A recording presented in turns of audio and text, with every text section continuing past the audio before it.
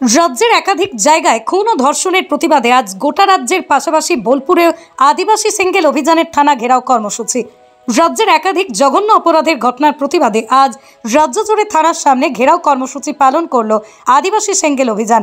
বোলপুর থানার সামনে জড়ো হয়ে আদিবাসী সমাজের মানুষজন বিক্ষোভ দেখান এবং অভিযুক্তদের অবিলম্বে কঠোর শাস্তির দাবি জানান। বিক্ষোভকারীরা জানান, বীরভূমের রামপুরহাটের নাবালিকা ছাত্রীর ধর্ষণ এবং খুনের ঘটনায় জড়িতদের ফাঁসি দিতে হবে। পাশাপাশি পুরুলিয়ার বড়গড়িয়ার নাবালিকা ছাত্রীর শ্লীলতাহানির ঘটনায় অভিযুক্তদেরও কঠোর শাস্তির দাবি করা হয়। একই সঙ্গে পূর্ব বর্ধমানের মেমারির গৌরীপুর ঝাপানতলায় ডাইনি অপবাদে আদিবাসী বৃদ্ধা খুনের ঘটনাতেও জড়িত ফাঁসির দাবি তোলেন তারা। বিক্ষোভকারীদের বক্তব্য, রাজ্যে একের পর এক খুন, ধর্ষণ, নারী নির্যাতনের ঘটনা ঘটছে, অথচ অভিযুক্তরা কঠোর শাস্তি পাচ্ছে না। তাই অবিলম্বে দ্রুত বিচারের মাধ্যমে দোষীদের ফাঁসি কার্যকর করতে হবে। তার কারণ রামপুরহাটে একটা ছাত্রী সপ্তম শ্রেণী ওনার রেপ প্লাস মার্ডার হয়েছে। আমরা কঠোরভাবে শাস্তি চাই যারা করেছে এইসব কাজ। কারণ আমাদের ছোট ছোট বাচ্চা, আমরা মা বাবা ফার্স্টে কি করি, জন্ম নেওয়ার পর মা বাবাকে আমরা ভরসা করি, যেহেতু এটা হচ্ছে মা বাবা। তারপর আমরা শিক্ষক শিক্ষিকাকে আমরা ভরসা করি, যেহেতু ইনারা শিক্ষা দেয়, তাই না? তারপর শিক্ষা নেওয়ার জন্য ওখানে যাই, তারপরে ওনারার হাত ধরে আমরা শিক্ষা গ্রহণ করি। ওনারা যদি এইসব কাজ করেন, তাহলে আমরা কার ভরসায় কোথায় যাব? কোথা থেকে শিক্ষাটা গ্রহণ করবো আমরা?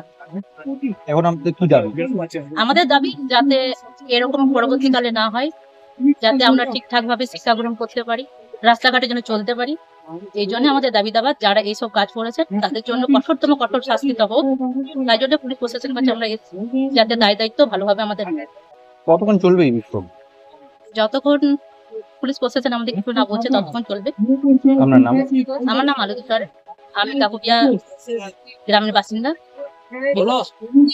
এই যে রামপুরহাটে আমাদের যে নাবালিকাকে, সপ্তম শ্রেণীর যে ছাত্রী, ওনাকে যে ধর্ষণ করা হয়েছে, 13 বছর বয়স।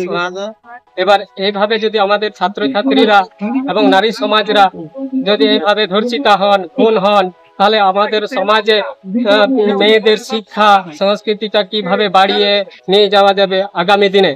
আর এইভাবে যদি করা হয়, তাহলে আমাদের সমাজকে আস্তে আস্তে পিছিয়ে পড়তে হবে। পিছিয়ে যাতে না পড়ে, প্রশাসনিক যাতে আমাদের এই সহযোগিতা করেন, নারী সমাজকে রক্ষা করার জন্য তারা যেন আমাদের সহযোগিতা করে দেন।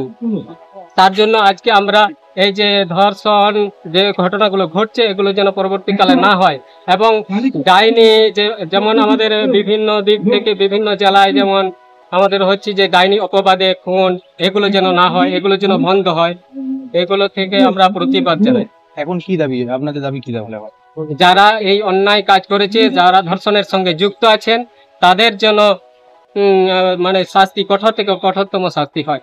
পরবর্তীকালে যেন তারা এই সাহসটা না পায় যে এই ধরনের কোনো ঘটনা ঘটার জন্য তাদের বুকে যেন সেই ইয়েটা না আসে, মাথায় যেন না আসে, বুকে যেন তাদের ভয় ঢুকে যায়। এই ধরনের ঘটনা ঘটালে তাদের অন্য কোনো নয়, ফাঁসি।